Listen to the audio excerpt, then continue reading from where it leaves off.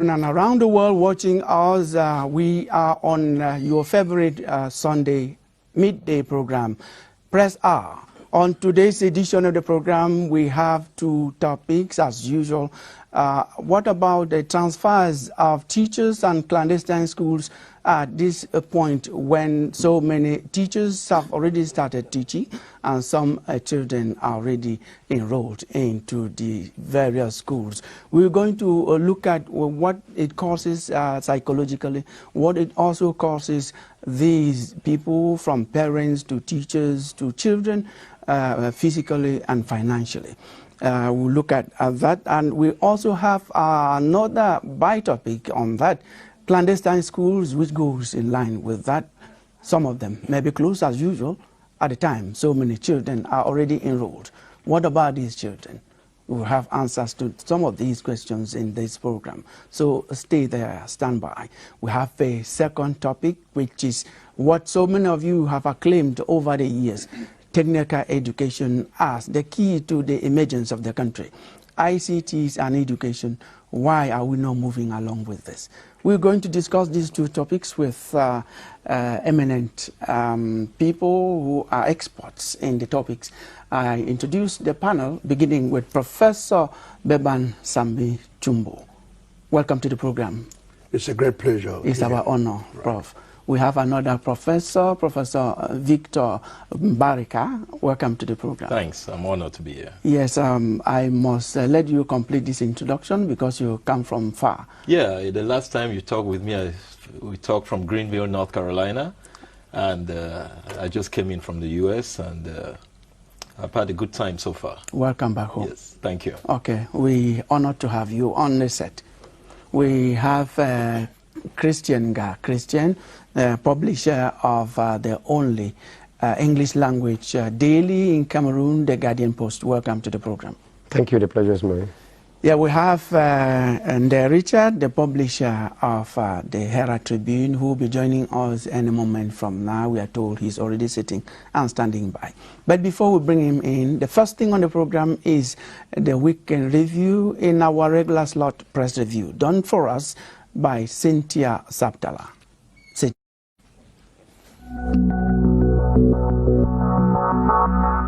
News from the press this week began with the resumption of schools for the 2020-2021 academic year. After the long break caused by the COVID-19 pandemic, most papers headlined on the return of students and pupils to their classrooms, with government demanding a reinforcement of barrier measures and vigilance. On the subject, Tuesday's edition of The Guardian Post mentioned a remarkable improvement in school registration in the Northwest and Southwest regions. In the article, despite calls for boycott by separatists, thousands of learners and teachers showed up in schools. In another article of Monday's edition of The Horizon, Bamenda parents decry the lack of funds and call for government action to a safe school year.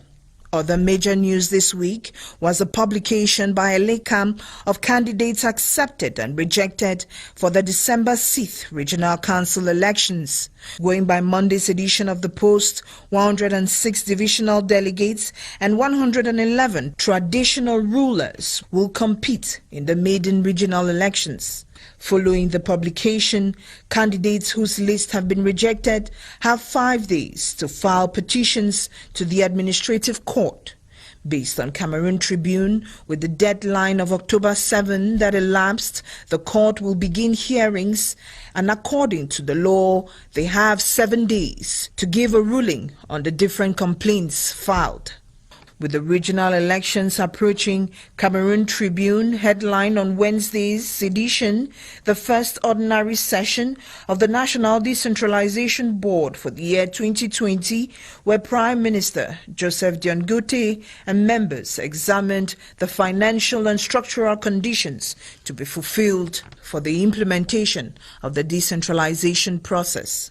Another major news in this week's papers was France's offer of 251 million CFA francs to support peace-building initiatives, election participation, and environmental protection in the Northwest and Southwest region. Government's offer of 2 billion CFA francs to small and medium-sized enterprises hit by COVID-19 was also reported by the Guardian Post, with the minister presenting eligible criteria and the selection process for businesses concerned. Power changes hands at Pamol, according to the Post Weekender, with the appointment of Solomon Tapembile as general manager. On a sad note, Cameroon's Bar Council President, Bâtonnier Charles Chakunte Patier, is no more. He died in Paris, France, October 4th, 2020, after an illness. Those are some of the stories that made news this week.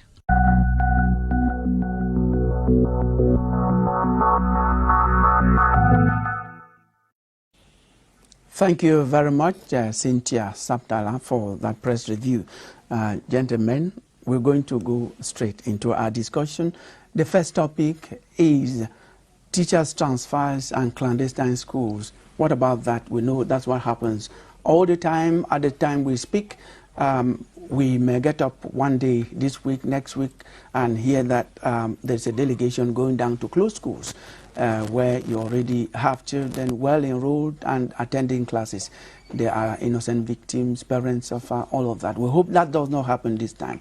It has been taking control. When you hear such a thing happens, Prof, how do you feel? Well, legitimacy is important and a must for a nation that believes in the rule of law. And I don't think it's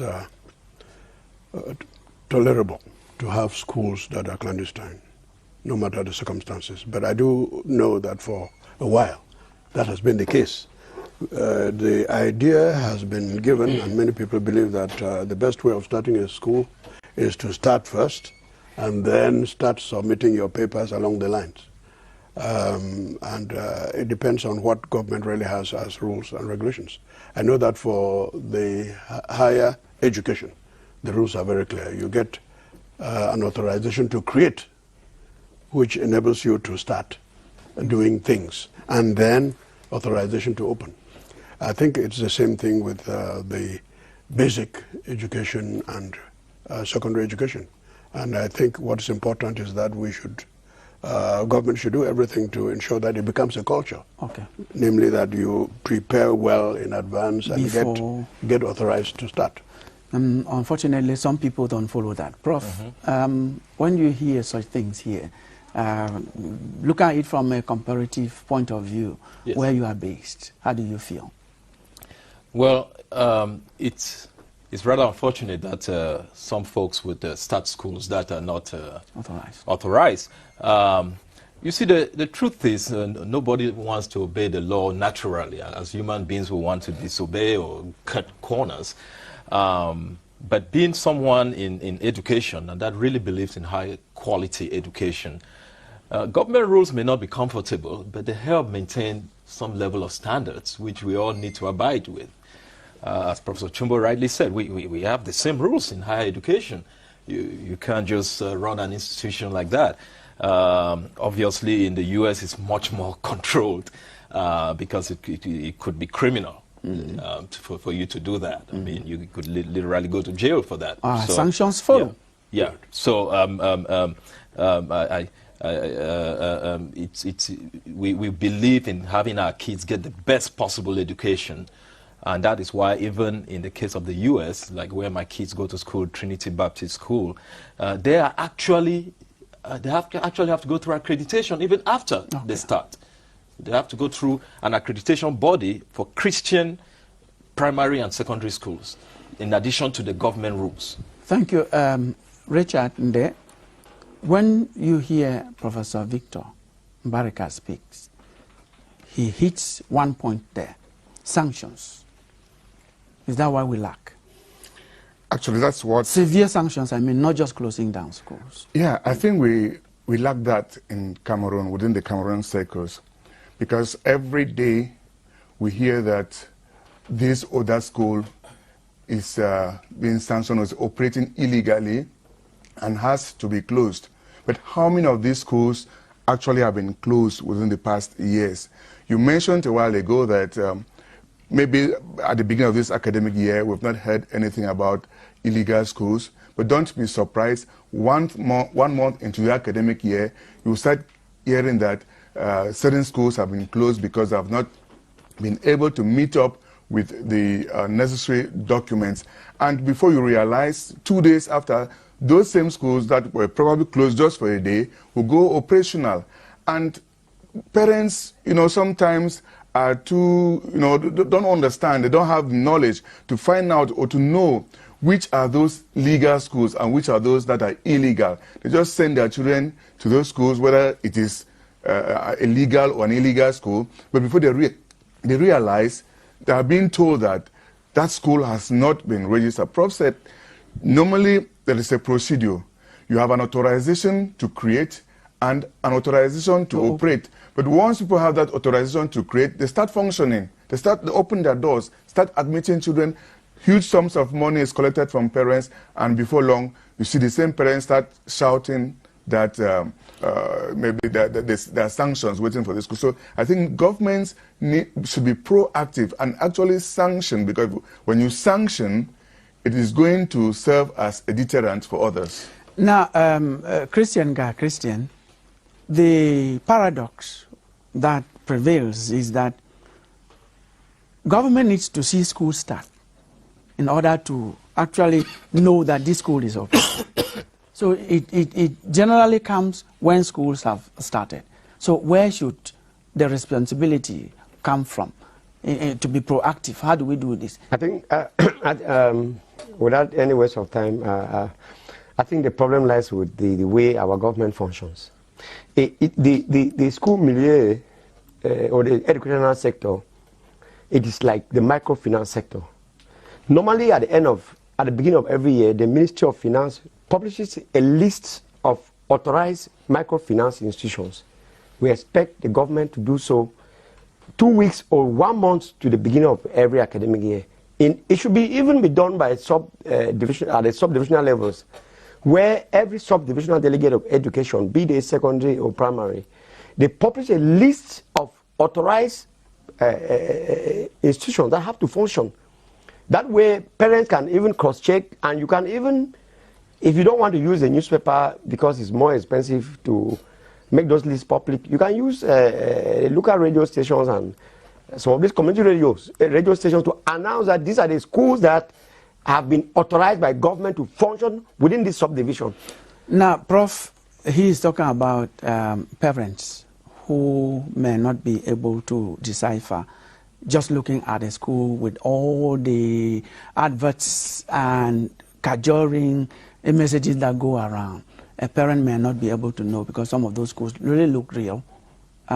What can be done for parents to know and make sure they become victims, their children become innocent victims? Well, let me say that from what you said earlier, for schools to begin, you don't have to wait to see how they are functioning before you approve them, because the regulations for opening provide for minimum standards that must be met, and inspection has to be done by the authorities. And once that is done, then you know that institution has the minimum standards. It's true that during the process of the school opening, there should be another team to inspect to see how well the school is functioning. Okay. But the authorization for functioning can be done on the basis of what is expected of a school to function in terms of readiness with the classrooms respecting standards. Now with distanciation, you know that you have enough tables and chairs within to respect the barrier measures and so on. So that those instructions are okay. Now, the parents would depend essentially on information, and information is crucial. Information can come from government, can come from the local government. I think that with the decentralization, where the governance is closer to the people, there should be a concern by the municipalities to ensure, to take upon themselves the role of informing the community what schools are approved within that community. So it's going to be easier if the municipalities do what they're supposed to do. And I'm glad that recently the PM emphasized the need to transfer to the all of the potencies that are envisaged for the municipalities so that they can have what it takes to function. Thank you, Prof. One other thing that is almost the same like this is the transfer of teachers that come at this time. But before we move to the transfer of teachers, when children are already enrolled in a school and the authorities go down and discover that the school does not meet the conditions to create and to operate, and the children are already enrolled, can we say that the authorities allowed the children who are innocent from a kind of position of jurisprudence? Well, allowing the children to continue, it's again promoting illegality. It will not serve as a lesson for others. First, those who who have these schools, they're out to make money, and behold, they will not even refund the money. I think the first thing is once it happens like that, the parents should withdraw their children and take to the schools that have been authorized. If we allow, if only we have the chances, because that's a very big problem. Killian, if you say temper justice with mercy, it will continue, and it has been happening year in, year out. Yes, briefly before we move on. This is what, in my opinion, should be done. You know, sometimes there is a lot of dirty work that goes on between proprietors of private schools and some of those so-called inspectors. Oh, okay. We need to see a government that actually, we were talking about severe sanctions. Good. It is not only, the sanctions should not just be against the proprietors of those schools. If you investigate very well, you will see that those proprietors are working in collaboration with some officials, I think, in the Ministry of either basic or secondary education. It's well said. And what is a chain? And what we are saying here is that we have not had a case where a school has been shut down and the proprietor is arrested and then is released only on the basis that the school fee that was paid has been reimbursed. Yeah, since you are talking, I will just ask you also, when you hear that, like now, we had some teachers transferred this week. Yeah. Schools have reopened and they have enrolled, they've started teaching. It means sometimes they have paid rents up front 1 year, 6 months, 1 year, and they are transferred to other areas. It's another problem. When you hear that, what do you say to those who do that in terms of feeling for those who are concerned? I think, you know, the problem, especially with the secondary education, to me, it lies with the method in which teachers are transferred. Why don't you inform them within the holiday period, instead of waiting for schools to begin for 1 week or 2 weeks, and then that's when the transfer decision comes out? Okay, I have indications that, yes, you continue, that we have our special viewer standing by. Somebody is standing by, our special viewer, who needs to tell us exactly what the situation is. If he is on, can we see him? Okay, you can continue. Okay, we have our special viewer standing by, Mr. Wango Daniel. What is the situation of transfers? You are a trade unionist, teachers trade unionist.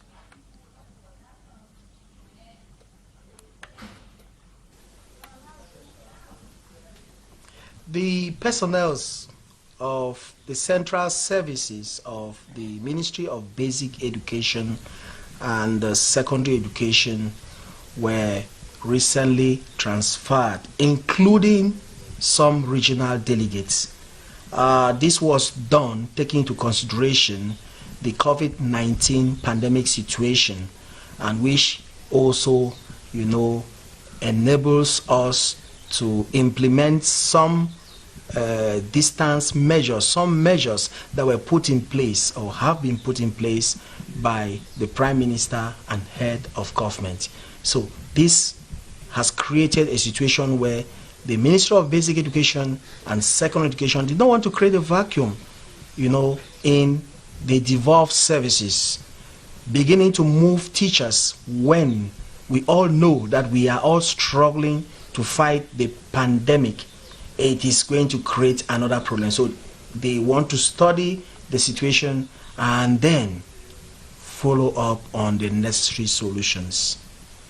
Okay, thank you. You stand by, Mr. Wango Daniel. We are happy to hear that the Ministry of Secondary Education already took these measures that we may not have any massive transfers again. But we want you to tell us exactly what happened, because you have said selective transfers at least. How these people get affected when they are transferred at the time schools have already opened?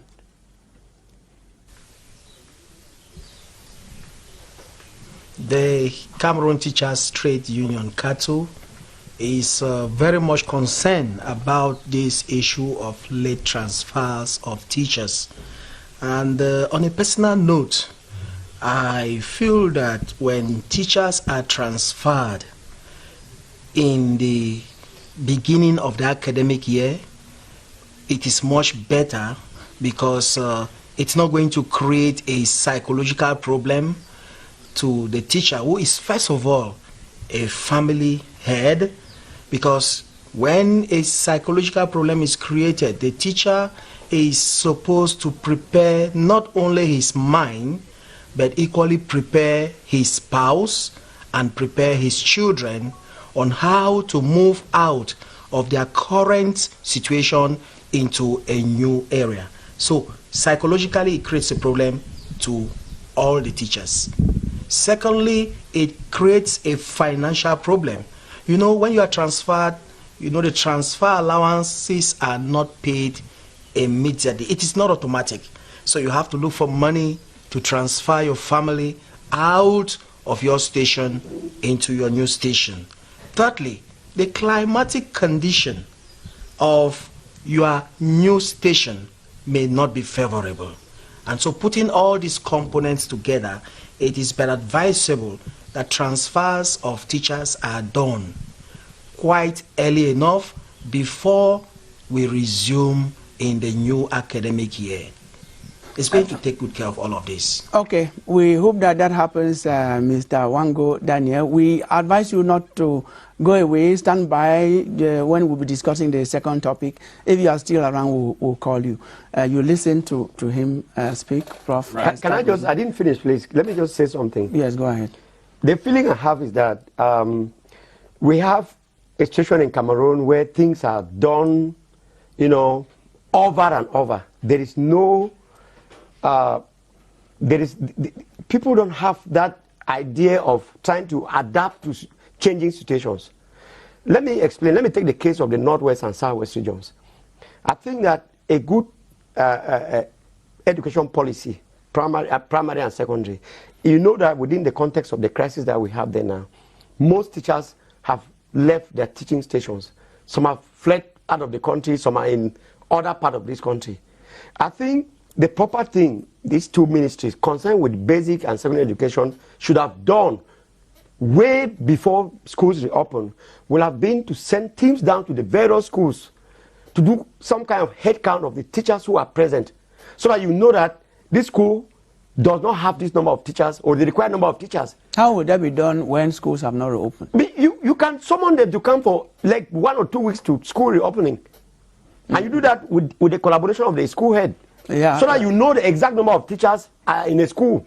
Because you cannot just be looking at their list and you say GHS Santa or GBHS Santa, for instance, has 30 teachers. You are counting, you are basing your statistics on the list in front of you, but on the ground, the teachers are not there. Thank you. We got your point. But I think they should depend on the statistics that is given to them by the divisional delegate in this case of secondary education and the inspectorate in the case of primary education, because they should have a daily record of the teachers that are effectively present in the various schools. Yes, Prof, when he was talking about the problems of transfers, he mentioned financial.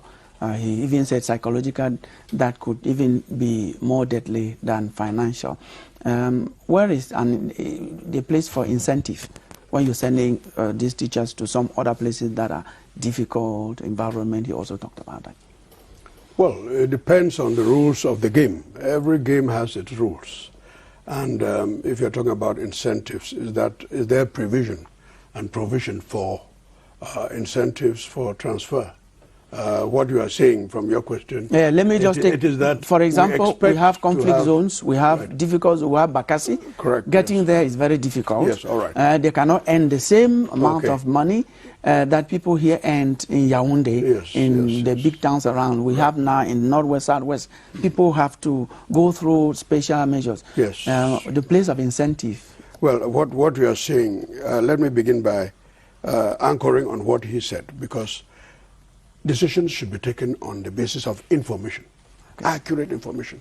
And we're going to talk about that now. We are in the age where if you take decisions that are not based on accurate and proper information, your decision is going to be flawed.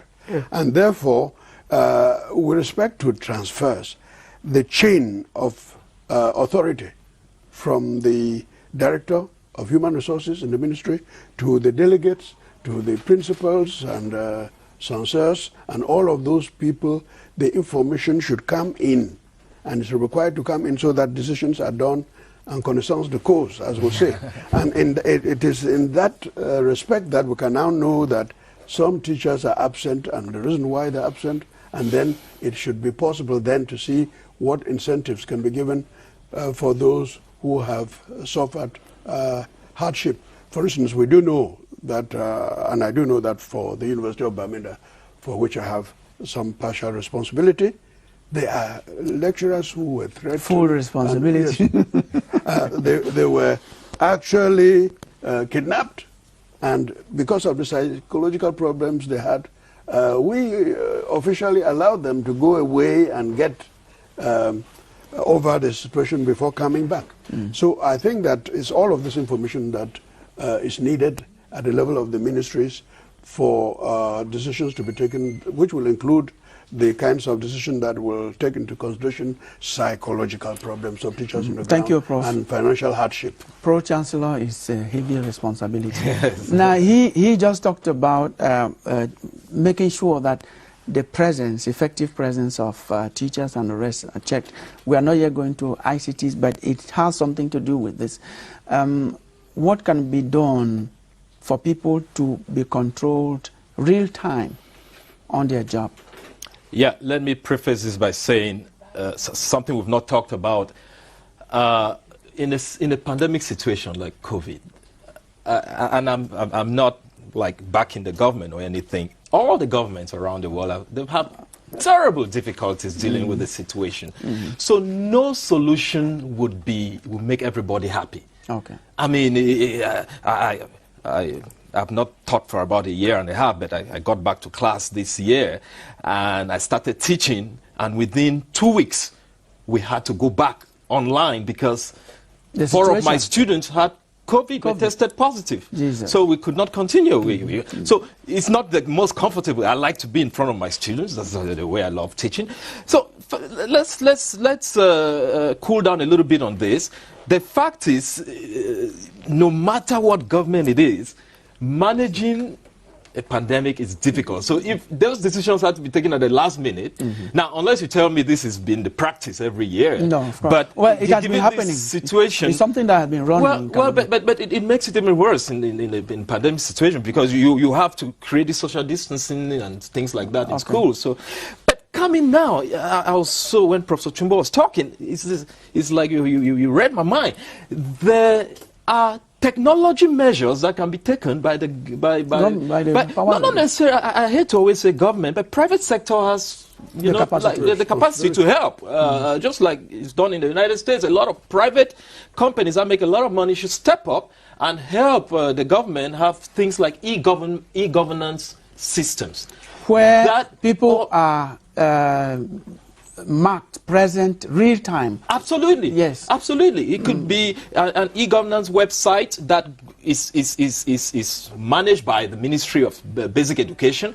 There are many IT companies in Cameroon that can offer that to the government. It's not a difficult thing. In fact, even us as ICT University, we can build that for the government. But the purpose of e-governance is to be able to create a platform where the citizens are informed in real time. And by the way, working with the phone companies, the mobile phone companies, the e-governance systems are linked to the mobile phone companies, where information put on the website, you say, okay, a woman from my dear village, Zangtabi, how will she know about it? But in Zangtabi, the women have mobile phones. They and do have. It's automatically sent to them. This is what is happening. You know, the teachers are send this information. So e-governance is something which needs to really be considered. And countries like Rwanda, by the way, are really practicing that. Yes. So we are not very different. We have to apply that e-governance. I think I've attended so many debates, seminars, workshops here where government was actually working in that direction. It has not been applied. We just hope that it's going to. I just wanted to, briefly before we move out of this topic, to say that I'm sure the Ministry of Secondary Education, for instance, would. We want to talk about all the yes, because there's a lot of negotiations, backdoor negotiations between teachers and school principals. You are supposed to be teaching in Marwa, you stay in your comfort zone, and at the end of every month, we have done that investigation, at the end of every month, you send a small envelope to your principal and you never go to class for the whole year. I think the Minister last week, I think I can stop you there. Yeah. Last week, it's good that you raised that point. It's very pertinent. Last week, we had officials from the Ministry of Basic Education, the Minister himself, and the Secretary General of the Ministry of Secondary Education. They gave the website and a number which you can call to report any malpractice in any school, any malpractice of any form. I think Cameroonians should do that. Absolutely. If at the end of the program I get that. Yes, I will give you. With that, Richard, we're going to move out of this topic to get into the new topic. We're going to look at education and ICTs and see whether or not there is a missing link. Just after this.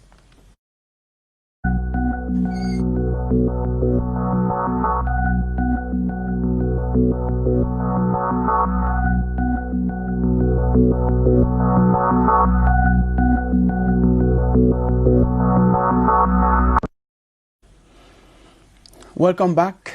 I begin with you, Professor Victor Mbarika. You are an ICT expert.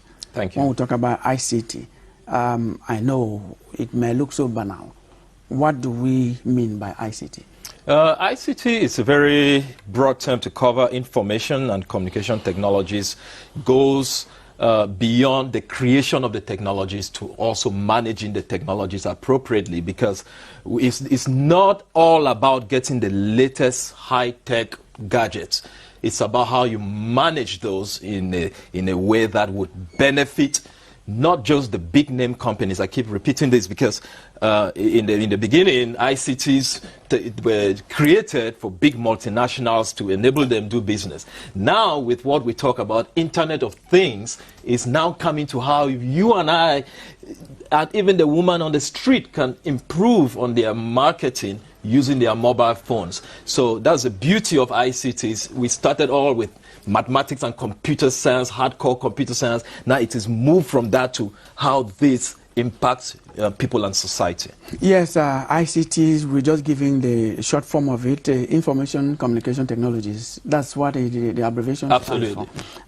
Now it is said that ICT, we have been clamoring, we withdrew somehow on technical education in the country because you agree with me, some of the efforts that were made, we don't have the same efforts here. Correct. And it said that emergence comes with technology, yes. Technical education. We don't much have that here. Yes. What is it that is the problem? Well, it's a huge, huge mistake. Going through school in Cameroon, and I went through school free, going through government schools. I was the only one in my family. I didn't go to boarding school. I remember this very well. If you went to technical school, you were considered not as intelligent as those of us that went to regular secondary schools. That's a huge error. A country, some of the most developed countries have really put in a lot in technical or vocational education to make sure that people can really do things for society that are practical. If your fridge goes bad, I mean, you need somebody that can come in and fix it there, not somebody that will come and dictate notes on who was Hitler and how great he was or bad he was. it cannot be ignored. And I really think it's not only a Cameroon problem, but all over sub-Saharan Africa. The emphasis on I want my child to become a medical doctor, I want my child to become an engineer, I want my child to be all these big things, and rarely somebody will say, I want my child to become the best carpenter. It's affecting us very badly and putting people on the streets with degrees to be riding motorbikes. So it's a huge error. But I believe from what I'm reading, the issue of technical education is being promoted by quite a number of African countries, including Cameroon now. A lot of it, after having ignored, we are coming back to it. Just following what you said, that at one point when you were younger, those who went to technical schools were considered a dumping ground somehow. Prof, should we then say that we got it wrong from the beginning? Well, I think the first thing we should do on this platform is to recognize the times in which we're living. We're living in the 21st century, which is considered widely as the age of information and communication technology. What does that mean? It means that knowledge is what rules the world. Those countries that are great, like America, France, and so on, if you want to find out what are the determinants of their greatness, it is the fact that they produce knowledge of a high level in terms of quantity and quality, so that they can provide easy and better life for their citizens. So knowledge production, knowledge dissemination, and then appropriation of this knowledge by the citizens so that they can live well. That is what is essential. And when you now look at that framework and say that the world is determined by that, and even the emergence that we are looking for in 2035 has to do with our being able to produce and disseminate knowledge that will enable the quality of life to change. When you look at that, then that's getting that? Yes, that's precisely why we can now say, given the objectives of life in this century and our even development plan that aims at emergence, we will then have to go back and see to what extent the strategic development plans we have will lead us to that kind of situation. And then we will now have to say there are things to correct, including the need for us to focus on knowledge, production, science, and technology, which are the engines and motor of development. And that's when you now know that to ensure the availability of this knowledge, the technology, you need technicians.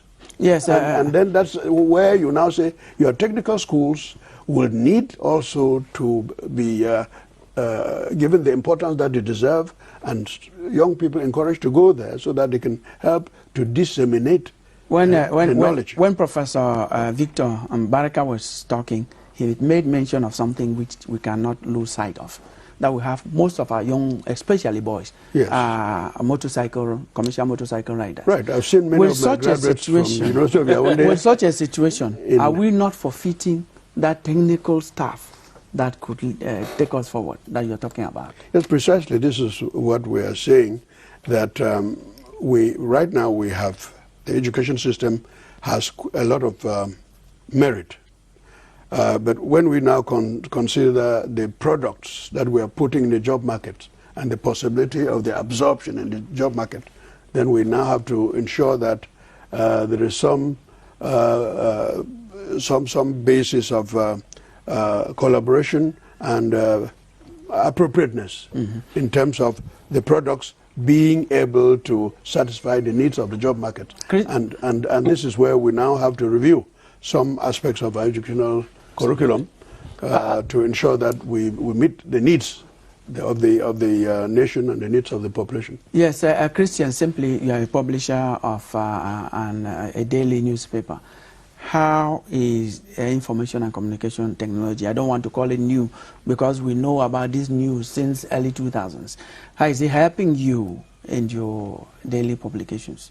Let me just throw a word on technical education in Cameroon. Go ahead. To say that we seem to be laying so much, putting the blame at the doorsteps of students and parents, which is, in my own opinion, very wrong, because government is not doing much to encourage technical education in this country. If you look at the number of government secondary schools that we have in this country, side by side, the government technical schools, you can count them with the finger of the hand. Now, and that is just to say that government too. I'm going to answer your question. I'm just saying that government you continue. We ask our guest to stand by. If he is there, we want to know whether Mr. Wango Daniel is still there. Yes, we want to see him and take him. Yes, go ahead. Yeah, I'm saying that government should do more to encourage technical education in this country. Because from the creation of the schools that we have, we see that government is rather learning too much, leaning much on general education than the technical education. Now, let us listen to a teacher. He represents the teachers' trade unions, and he is there in class knowing what teachers go through. What effort, Mr. Wango Daniel?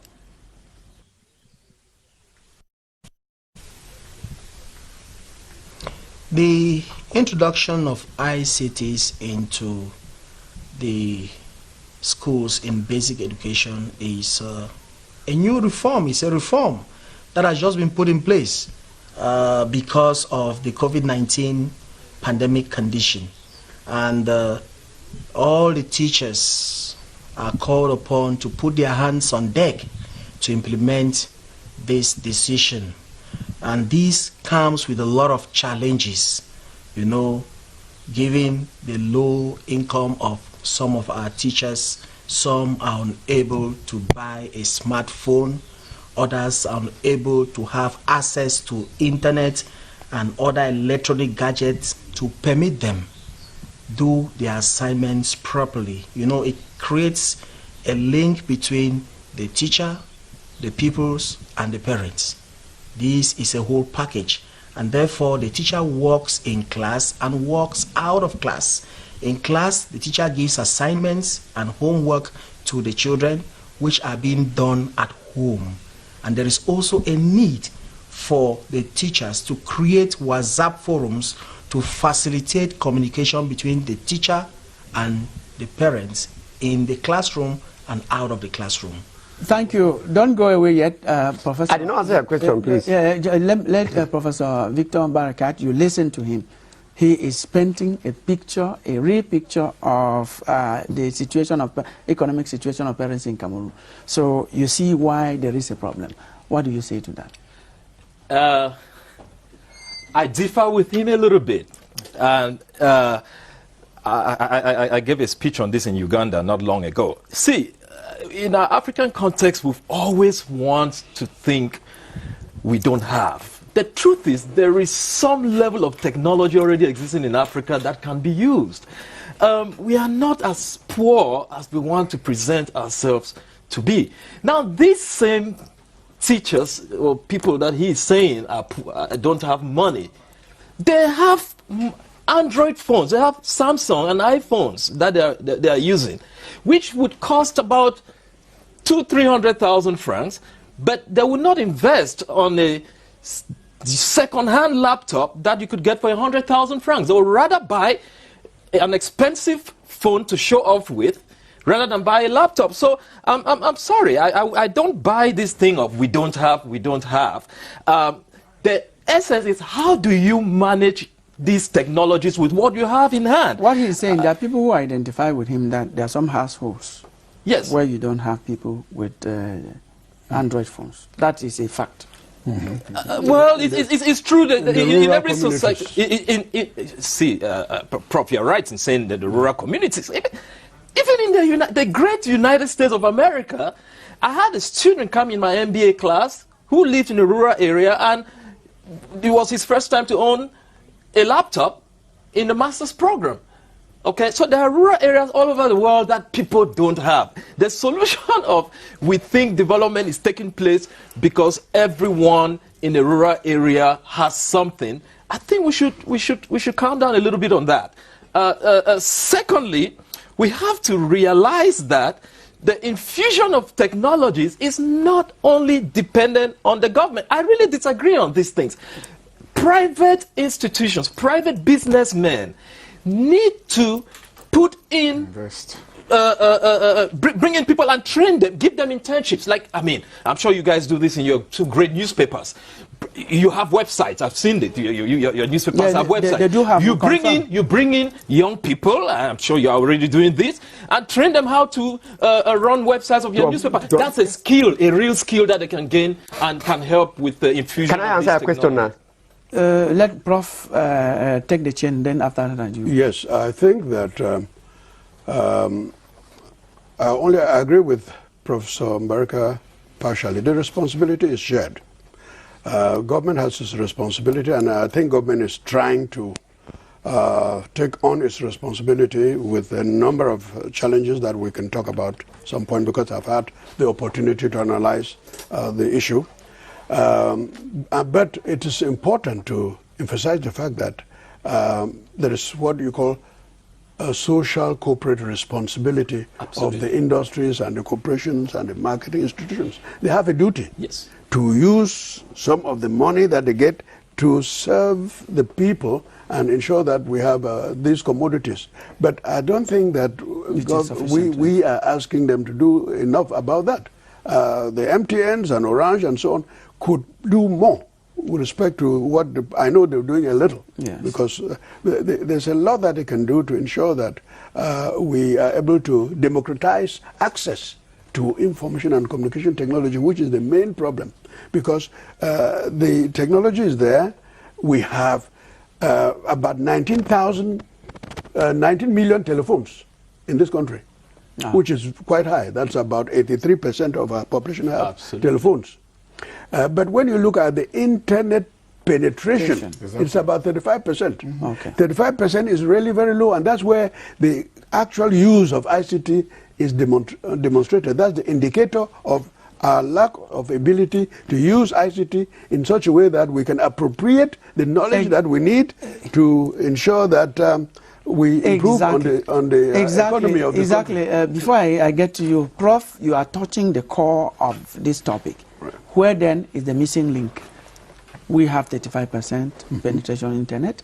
We have 89,000. 89% with mobile gadgets. Mobile gadgets. So where is that missing link?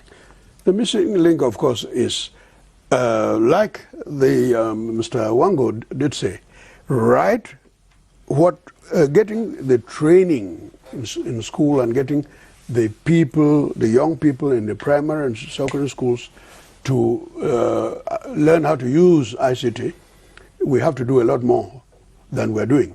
There's quite a lot that is doing, but we have to have a massive training in the use of this. We also have attitudes to be changed. We have to make attitudinal changes. Prof, you are forgetting one important thing. No, there are about 10. Because the key thing is even the fact that in the rural areas, even sometimes in Yaoundé here, right, you can go for 4 hours without internet on your phone. Yes, that's true. That is a key problem even in this country. Even electricity and so on. We have all of connectivity problem. I think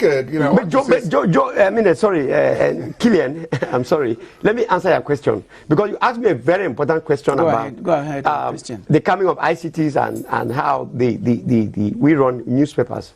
And I just wanted to say that it has been a very, very welcome relief, even though it has come with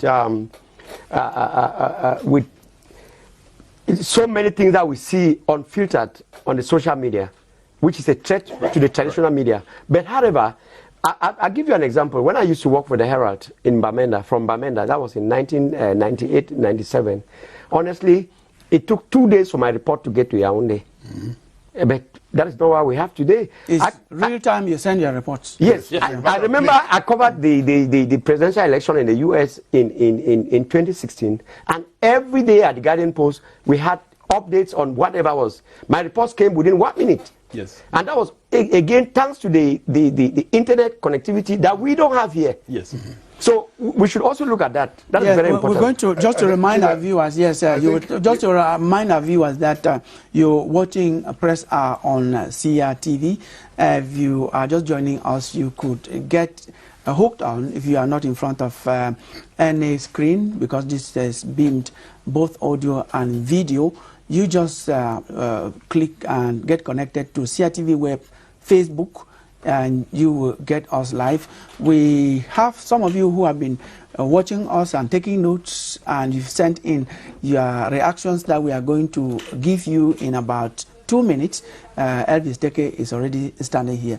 But before we bring him in, Richard, you were so itchy to react to what Christian said. Well, not actually to what he said, but I think talking about the education and missing link, when it comes to information and communication technology, I think that our government still has a lot to do as far as that is concerned. A few years back, we all learned over 70 billion francs was spent to import computers that will be given to university students, which today you get into the quarters, those computers are sold for less than 20,000 francs.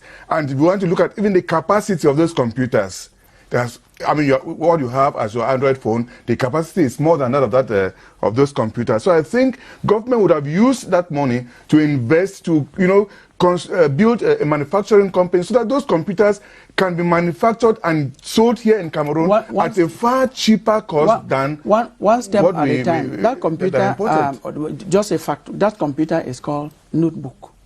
Actually, that is what it is called. So, it is. And how much was spent on that notebook? No, it is a student's notebook. So how much was spent on it? Yeah, but a student notebook, Kilian.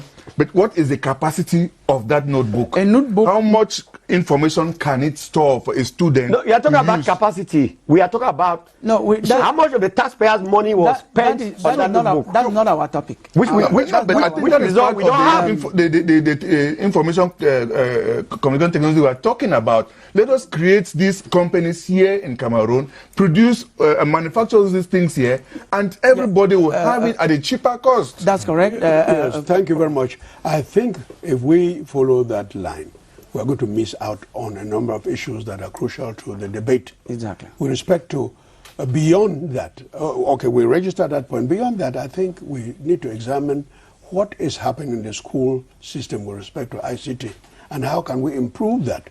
And I thought that if we focused on that, we are more likely to provide additional information as to what should be done to ensure what I have called the democratization of access to ICT, because right now it's still a privileged instrument of usage, and that's why only 35% penetration is registered. Okay. And if we were to go along those lines, I think I may have something to say. That is exact. We will have 1 or 2 minutes, but before we come to that, Prof, we receive Elvis Deke here with reactions from our viewers.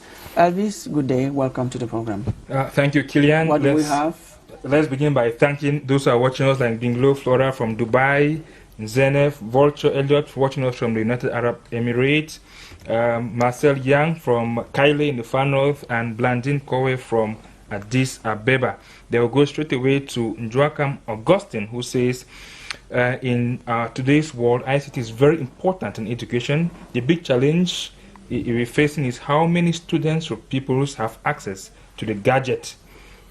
And Biakio Ambalep Josephine says in French, le TIC et l'éducation, il y a un lien. Il suffit juste de valoriser et de promouvoir les innovations et initiatives développées par les jeunes. And Roxington Roxburgh says the Ministry of Secondary Education has brought a lot of innovations in the secondary education system, but little or not has been done to address the pressing worries of teachers.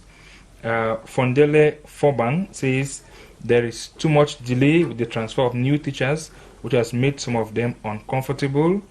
And Prince Motapene says in the Ministry of Secondary Education, the present minister, Professor Nalova Lyunga, is responding to transfers and other issues in prompt and responsible manner, unlike before, and this is done through an increased cooperation and coordination amongst the agencies of our ministry through though there is a delay this year. And he continues by saying that most of the clandestine schools are operating due to administrative tolerance. Okay, well, the last one? And the last one is Roxington Roxburgh, who responds to what Prince Mutebeme said. by saying that if there's a loophole this year, that doesn't mean that the ministry isn't active and proactive as compared to other systems. Thank you very much, Elvis. Ladies and gentlemen watching us in Cameroon and around the world, we thank you for your reactions. You can always react promptly, real time on CRTV Facebook each time you have this, and you can watch this program after we end on the same link, CRTV Facebook, CRTV Web Facebook. Now, Prof, I'm going to ask you this. We are fading out of this debate. What is the way forward for ICT in Cameroon? I will try to be very, very brief. It's very, very direct. I still come back. I will not leave private sector out of the hook. Okay, I don't know the realities of Cameroon. This is just the truth. But all over Africa, everybody is saying government must do, government must do. Private sector must step in and do something. We are talking about not having connectivity. Why would the MTN and Orange be allowed to steal from citizens by not giving them the connectivity they are paying for? When you make a phone call, it doesn't go through, you are still charged. So there must be sanctions. These phone companies, they must be sanctioned. Okay. Now, in terms of the missing link, let me quickly let us say they don't actually steal, that sometimes the connection in Cameroon doesn't come directly from them. We have, it's a cooperation, collaboration with Camtel, some of the... so Camtel is to blame? No. There are towers, mobile phone towers, okay? Yes, okay. I don't know where they get... You can go ahead. If it's Camtel or whoever is providing it to them, if they want to come out of the agreement of Camtel and have their own satellites bringing in, they are supposed to bring in. We don't have... An MTN customer does not have a contract with Camtel. Eh? They have a contract with MTN. MTN must provide what they are saying they are providing. But we're talking about ICTs. We have some technologies already all over Africa. We have to learn how to use what we have. The fact that everybody does not have a car does not mean there's not good transportation in the country. Okay. So we have to, hold on. We have to train people how to use it. For example, when the pandemic came, they told professors or lecturers, go online and teach. How do you go online and teach without being trained how to teach online? Professor Chumbo is one of the leaders when he was running, at the time he started running at ICT University, so pushed many people to be trained in that. They have to be trained. They have to be trained, but even in the courses, they have to be hands-on. Like I will not call the name of the school, but they are training programmers to just write programs and then the market. You have to do it practically on ground. Yes, the way forward. I think the way forward first is for government to make things easier for the population, especially when it comes to the ICTs, getting the computers and getting the phones. As we hear that they're going to increase 30% for a phone that you buy. So I think way forward. The way forward is that we have to make sure that the internet connectivity is very, very stable. You can buy all the computers in the world, but like I said, I've spent 4 hours in Yaoundé without being able to send a message by WhatsApp. Okay, we have a very big project of the submarine connectivity. We hope it's going to solve that problem. The last word is from you, Prof. Yes, in addition to what has been said, I think that with respect to the issues within the educational system, there is a need for a core syllabus for the primary and secondary education. And this course syllabus should be compulsory. Right now, ICT is optional. Okay. And so just those who are interested.